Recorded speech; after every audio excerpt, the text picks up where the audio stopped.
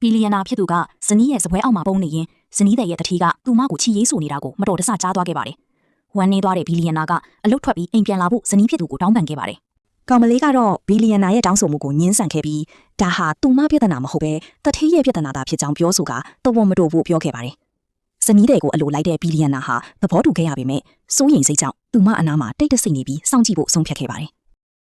နောက်တစ်နေ့မှာတော့ကောင်မလေးနဲ့သူမရဲ့လုပ်ဖော်ကိုင်းဖက်တွေဟာဖောက်တယ်တွေနဲ့ပူးပေါင်းလှုပ်ဆောင်ဖို့ခြံကြီးတစ်ခုကိုရောက်လာခဲ့ကြပါတယ်။ကောက်ချစ်တဲ့မိန်းမကဒီဖောက်တယ်နဲ့စိတ်ဆက်ဆွေးနွေးမှုမှာကောင်မလေးကိုအသေးအချာအနိုင်ယူမယ်လို့ပြောခဲ့ပြီးနိုင်သွားရင်ကောင်မလေးကိုအလုပ်ထုတ်ပစ်မယ်လို့ပါထပ်ပြောခဲ့ပါတယ်။ကောင်မလေးကတော့အနိုင်ရမယ့်သူဟာသူမပဲဖြစ်မယ်လို့တုံ့ပြန်ခဲ့ပါတယ်။တကယ်တော့ဒီခြံကြီးကသူမရဲ့ဘီလီယံနာခင်ပွန်းရဲ့ပိုင်ဆိုင်မှုဖြစ်နေပြီးသူမအနေနဲ့ခင်ပွန်းဖြစ်သူနဲ့အလုပ်ကိစ္စတွေတိတ်မပတ်သက်ချင်ခဲ့ပါဘူး။ဘီလီယံနာဖြစ်သူမြင်းစီးပြီးသူတို့စီလာတဲ့အခါကောက်ချစ်တဲ့မိန်းမရဲ့မျက်လုံးတွေထဲမှာသူ့ကိုသဘောကျတဲ့အရေးအယောင်တွေအပြည့်ဖြစ်နေပါတယ်။အစွမ်းပြချင်နေတဲ့ဘီလီယံနာကကောင်မလေးကိုနှင်းစီပန်းတစ်ပွင့်ကန်ပေးခဲ့ပါတယ်။ကောင်မလေးကယူဖို့လက်လန်းလိုက်ချိန်မှာပဲကောက်ချစ်တဲ့မိန်းမကကောင်မလေးကိုတွန်းဖယ်ပြီးနှင်းစီပန်းကိုလူယူဖို့ကြိုးစားခဲ့ပါတယ်။ဘီလီယံနာရဲ့ညှင်းဆန်မှုကိုခံရပြီးနောက်အဲ့ဒီမိန်းမဟာအနေခတ်စွာနဲ့ပြုံးပြလိုက်ရပါတယ်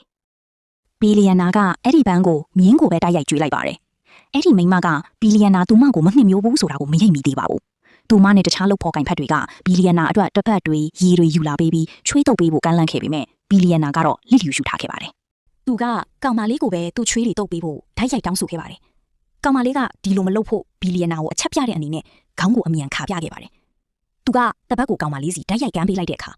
မတက်တာပဲကောင်မလေးလည်းဘီလီယံနာရဲ့ချွေးတွေကိုတုပ်ပေးခဲ့ရပါတယ်။ဒီမြင်ကွင်းကကောက်ချစ်တဲ့မိန်းမကိုအလွန်မနာလို့ဖြစ်စေခဲ့ပါတယ်။ကောင်မလေးမယောက်ျားရှိနေလျက်နဲ့တခြားယောက်ျားဘီလီယံနာနဲ့ဒီလောက်ရင်းရင်းနှီးနှီးနေတယ်လို့သူမကစောင်းမြောင်းပြောဆိုခဲ့ပါတယ်။ဒီအချိန်မှာဘီလီယံနာကကောင်မလေးကိုသူနဲ့အတူမြင်းနှစ်ပတ်လောက်စီးဖို့အကြံပြုခဲ့ပါတယ်။ကောင်မလေးကမြင်းမစီးတတ်ဘူးလို့ပြောပြီးသူ့ကိုညင်းခဲ့ပါတယ်။ဒါပေမဲ့ကောက်ချစ်တဲ့မိန်းမနဲ့သူမရဲ့လုပ်ဖော်ကိုင်ဖက်တွေကချက်ချင်းပဲဝိုင်းအောင်လာကြပါတယ်။ကောင်မလေးကသူမရဲ့ဘီလီယံနာခင်ပွန်းရဲ့လုပ်ရက်ကိုအယမ်းမကျေနပ်ပဲအိမ်ရောက်ရင်ပညာပေးဖို့ဆုံးဖြတ်လိုက်ပါတယ်။ကောင်မလေးဒေါသတကြီးထွက်သွားပြီးနောက်မှာဘီလီယံနာလည်းသူမရဲ့လုပ်ဖော်ကိုင်ဖက်တွေကိုအမြန်လွှတ်လိုက်ပါတယ်။အဝိလဲခံထဲမှာကောင်မလေးကသူမခင်ပွန်းကိုဘလို့အပြစ်ပေးရမလဲဆိုတာပွက်စီပြောနေပါတယ်။ဘီလီယံနာကတကားကိုတိတ်တဆိတ်တွန်းဖွင့်ပြီးဝင်လာခဲ့ပါတယ်။ပြီးတော့ကောင်မလေးကိုနောက်ကျောကနေတင်းကျပ်စွာဖတ်ထားလိုက်ပါတယ်။ကောင်မလေးလန့်သွားပြီးဒေါသထွက်နေတဲ့ကောင်မလေးကဘီလီယံနာကိုအမြန်ထွက်သွားဖို့ပြောခဲ့ပါတယ်။ဘီလီယံနာကအခုထွက်သွားရင်သူတို့ရဲ့ဇနီးမောင်နှံဆက်ဆံရေးပေါ်သွားလိမ့်မယ်လို့ပြောခဲ့ပါတယ်။ကိစ္စတွေပေါက်ကြားသွားမှာကိုတားဆီးဖို့အတွက်ကောင်မလေးလည်းမတက်တာပဲသူ့ကိုဒီမှာနေခွင့်ပြုလိုက်ရပါတယ်။သူတို့ရဲ့ဆက်ဆံရေးကိုဘယ်သူမှမသိစေဖို့ဘီလီယံနာကိုသူမကထပ်ပြီးတတိပေးခဲ့ပါတယ်